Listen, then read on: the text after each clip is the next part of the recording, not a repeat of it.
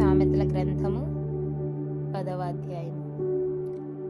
జ్ఞానము గల కుమారుడు తండ్రిని సంతోషపరచును, బుద్ధి లేని కుమారుడు తన తల్లికి దుఃఖము పుట్టించును. భక్తిహీనుల ధనము వారికి లాభకరము కాదు, నీతి మరణము నుండి రక్షించును.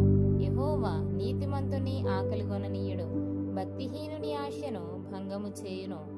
బద్ధకముగా పనిచేయువాడు దరిద్రుడగును, శ్రద్ధ గలవాడు ఐశ్వర్యవంతుడగును. వేసవి కాలమున కూర్చువాడు బుద్ధిగల కుమారుడు, కోతకాలమందు నిద్రించువాడు సిగ్గుపరచు కుమారుడు. నీతిమంతుని తల మీదికి ఆశీర్వాదములు వచ్చును, బలాత్కారము భక్తిహీనుని నోరు మూసివేయును. నీతిమంతుని జ్ఞాపకము చేసుకొనుట ఆశీర్వాదకరమగును, భక్తిహీనుల పేరు అసహ్యత పుట్టించును. జ్ఞానచిత్తుడు ఉపదేశమును అంగీకరించును, పనికి మాలిన వదరుబోతు నశించును. యథార్థముగా ప్రవర్తించువాడు నిర్భయముగా ప్రవర్తించును, కుటీలవర్తనుడు బయలుపడును. కనుసైగ చేయువాడు వ్యధ పుట్టించును, పనికి మాలిన వదరుబోతు నశించును. నీతిమంతుని నోరు జీవపు ఊట, భక్తిహీనుల నోరు బలాత్కారము మరుగుపరచును. పగ కలహమును రేపును, ప్రేమ దోషములన్నిటినీ కప్పును. వివేకుని పెదవులయందు జ్ఞానము కనబడును, బుద్ధిహీనుని వీపునకు బెత్తమే తగును.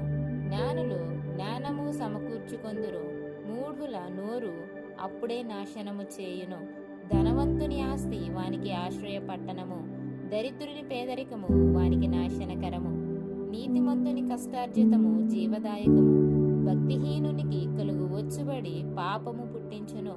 ఉపదేశమును అంగీకరించువాడు జీవమార్గములో ఉన్నాడు, గద్దింపునకు లోబడనివాడు త్రోవ తప్పును. అంతరంగమున పగ ఉంచుకొనువాడు అబద్ధికుడు, పుణ్యము ప్రచురము చేయువాడు బుద్ధిహీనుడు. విస్తారమైన మాటలలో దోషముండక మానదు, తన పెదవులను మూసుకొనువాడు బుద్ధిమంతుడు. నీతిమంతుని నాలుక ప్రశస్తమైన వెండి వంటిది, భక్తిహీనుల ఆలోచన పనికిమాలినది.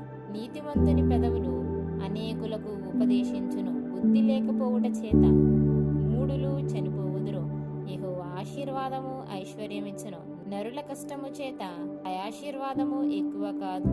చెడు పనులు చేయుట బుద్ధిహీనునికి ఆటగానున్నది, వివేకికి జ్ఞాన పరిశ్రమ చేయుట అట్టిదే. భక్తిహీనుడు దేనికి భయపడునో అదే వాని మీదకి వచ్చును, నీతిమంతులు ఆశించున్నది వానికి దొరుకును.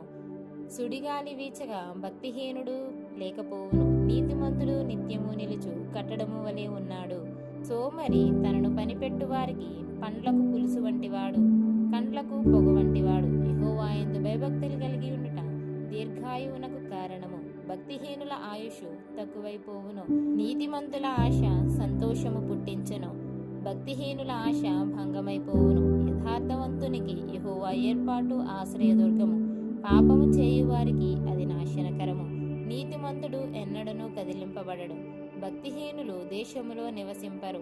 నీతిమంతుని నోరు జ్ఞానోపదేశమును పలుకును, మూర్ఖపు మాటలు పలుకు నాలుక పెరిగివేయబడును. నీతిమంతుని పెదవులు ఉపయుక్తములైన సంగతులను పలుకును, భక్తిహీనుల నోట మూర్ఖపు మాటలు వచ్చును.